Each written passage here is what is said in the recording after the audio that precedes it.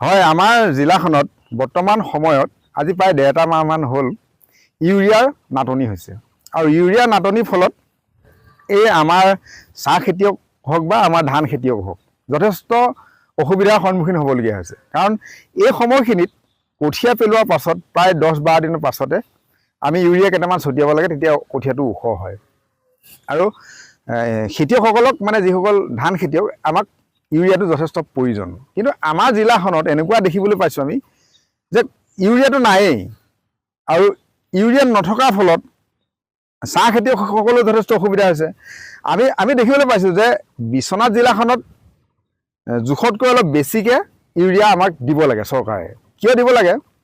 যে কিছুমান জিলাত আমি দেখিবলৈ পাওঁ চাহ খেতিটো নাই, অকল ধান খেতিটো আছে। কিছুমান জিলাত মানে চাহ খেতি আছে, ধান খেতি নাই। তো আমাৰ এই বিশ্বনাথ জিলাখনত দুইটা খেতিয়ে ইয়াত আছে। আৰু ইয়াত যিহেতু আমি দেখিবলৈ পাইছোঁ যে ডিলাৰবিলাকত বা ডিলাৰবিলাকে যিবিলাক মানে আমাৰ ইয়াত যিবিলাকে সাৰ বিক্ৰী কৰে, তেওঁলোকক যেতিয়া মালটো ছাপ্লাই দিব তেতিয়াহে তেওঁলোকে আমাৰ খেতিয়কক দিব পাৰিব। তেওঁলোকৰ তাতে অভাৱ হৈছে, আমাক ক'ৰ পৰা দিব? এতিয়া এনেকুৱা হৈছে সাৰৰ অভাৱত ক'ৰবাত, এতিয়া যিটো কিছুদিনৰ আগতে আমি দেখিবলৈ পাইছিলোঁ যে সাৰত চিণ্ডিকেট হৈছে, বোলে সাৰত 260 টকাৰ দামৰ যিটো ইউৰিয়া সেইটো 500 টকাত বিক্ৰী হৈছে। আৰু যেতিয়া মানে সাৰত টনাটনি হ'ব তেতিয়া 1000 টকা দিও কিছুমানে সাৰটো কিনিব লাগিব। কাৰণ এতিয়া মই যদি ক'বলৈ যাওঁ মোক কঠীয়া দৰা তেতিয়া সাৰ কেইটামান দিব লাগে, আজি সাৰ কেইটামান দিব লাগে, কিন্তু মোৰ সাৰ নাই। তেতিয়া মইতো দাম দি হ'লেওতো 1 কেজি সাৰত মই 50 টকা দি হ'লেওতো আনিব লাগিব। কাৰণ সময়ত খেতি বস্তুটো সময়ত কৰিবই লাগিব।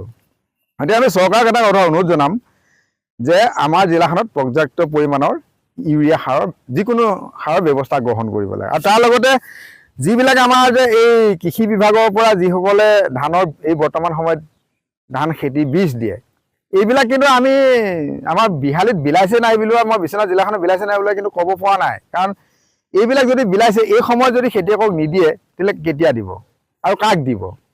যে জেঠ মাহৰ 15 দিন যোৱাৰ পৰা এই ধানৰ বীজবিলাক দিব লাগে। কাৰণ এই সময়ত কঠীয়া পেলোৱা হয়, কঠীয়া এতিয়া ডাঙৰেই হৈছে। যদি আৰু এমাহৰ পিছত সেই ধানৰ বীজবোৰ আহে তেতিয়াহ'লে খেতিয়কে সেইবিলাক কি কৰিব? সেইসকলতো খেতিয়কে নাপাব নহয়। আৰু আমি এতিয়া আশা কৰিছোঁ যে কৃষি বিভাগটোত ব্যাপক সাল সলনি হ'ব বুলি আমি এটা আশা কৰিছোঁ। কাৰণ আগৰ যি মন্ত্ৰী আছিলে অতুল বৰা ডাঙৰীয়া এতিয়া নাই, এতিয়া একদম যুৱ মন্ত্ৰী ফিৰোজ হাজৰিকা ডাঙৰীয়াই দায়িত্বভাৰ লৈছে। আৰু ফিৰোজ হাজৰিকা দায়িত্বভাৰ লোৱাৰ পাছৰ পৰা আমি ভাবিছোঁ সাংঘাতিক ধৰণৰ উন্নতি হ'ব এই কৃষি বিভাগত। আৰু অসমখন হ'ল কৃষি প্ৰধান ৰাজ্য, খেতিক প্ৰাধান্য দিলেহে সকলো দিশতে উন্নতি হ'ব। কাৰণ আমি যেতিয়া ধান খেতি কৰোঁ, বৰা চাউল, জহা চাউল, কোমল চাউল বা জয়বংলা ধানখিনি আমি যদি খেতি কৰি উলিয়াই নিওঁ তেতিয়াহ'লে গুৱাহাটীত থকা নেতাবোৰে ক'ৰ পৰা খাব? গতিকে খেতিত গুৰুত্ব দিব লাগে। যদি আপোনালোকে দিয়া সেই ধানৰ বীজবোৰ কোনোবা ৰাজনৈতিক নেতাৰ বৰা বা শইকীয়াই দিয়া লিষ্টখনক যদি আপোনালোকে কৃষি বিভাগৰ পৰা দি দিয়ে, তেতিয়া বৰা শইকীয়াটো খেতি নকৰিবও পাৰে, তেওঁলোক নেতা হয়। গতিকে এই কৃষি বিভাগৰ এটা দায়িত্ব আছে যে যিসকল গ্ৰাম সেৱকবিলাকে গাঁৱে গাঁৱে আহি ইয়াৰ ৰিপৰ্টটো লৈ যে এইজন খেতিয়ক হয় নহয়, তেতিয়া কৃষি বিভাগৰ পৰা আৰু ডাইৰেক্ট খেতিয়কৰ মাজত এটা সংযোগ থাকিব লাগে। ইয়াত ৰাজনৈতিক নেতাবিলাকক আনিব নালাগে। আৰু এতিয়া যিকোনো এৰিয়াৰ পৰীক্ষাৰ পৰা যিসকল পাছ হৈছে তেওঁলোকক নতুনকৈ এপইণ্টমেণ্ট দি এতিয়া জেগাই জেগাই পোষ্টিং দিছে।